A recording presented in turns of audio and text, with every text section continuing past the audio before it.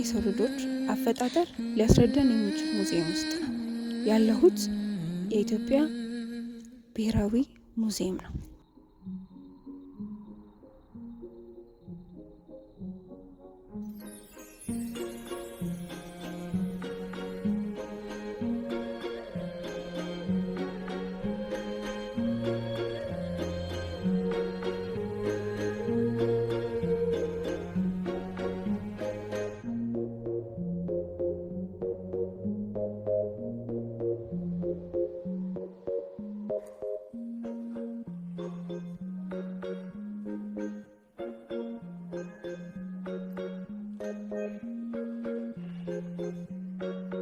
ግኝታችን እንድንጀምር የተነገረን ከታችኛው ክፍል ሲሆን እዚህኛው ክፍል ውስጥ በርከት ያሉ ቅሪተ አካላቶችን እንመለከታለን፣ የእንስሳትም ሆነ የኛን የሰው ልጆች። ታዲያ እዚህኛው ክፍል ውስጥ ነው ይሄ ሙዚየም ብቻ አይደለም እንድል ያስባለኝን ነገር የምንመለከተው። ኢትዮጵያን የሰው ልጆች መገኛ ያስባለቻትን ኢትዮጵያ ውስጥ የተገኘችዋን 3.2 ሚሊዮን ዓመት እንደኖረች የምትታሰበዋን ሉሲን ወይም ደግሞ ድንቅነሽን እዚህኛው ክፍል ውስጥ እንመለከታታለን። 3 ዓመት ሆኗት እንደሞተች የምትታሰበዋንም ሰላምን እንመለከታለን።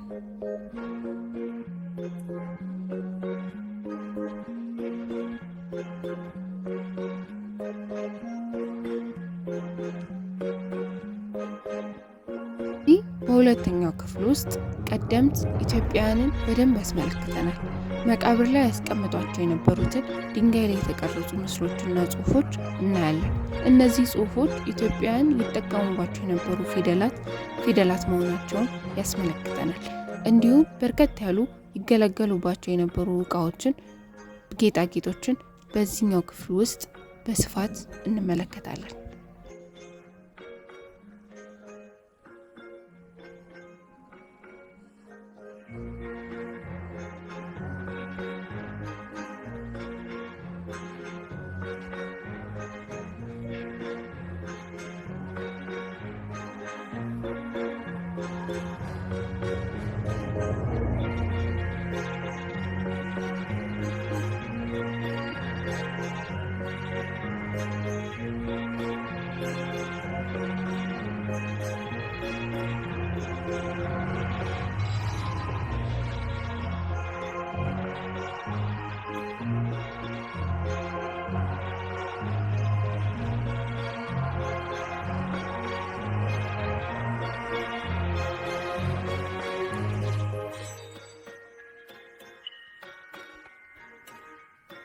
ሶስተኛው ክፍል ውስጥ ስንገባ መጀመሪያ አይናችን የሚይዘን አንድ ነገር አለ።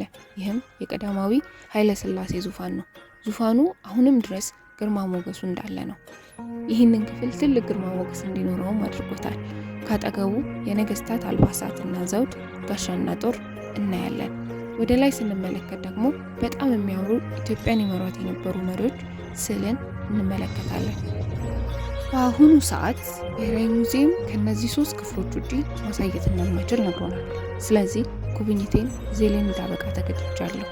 ቪዲዮን ከወደዳችሁት ላይክ፣ ሼር እንዲሁም ሰብስክራይብ አድርጉ። በሚቀጥለው ቪዲዮ እስከማገኛችሁ ሰላም ሁኑልኝ። ቻው።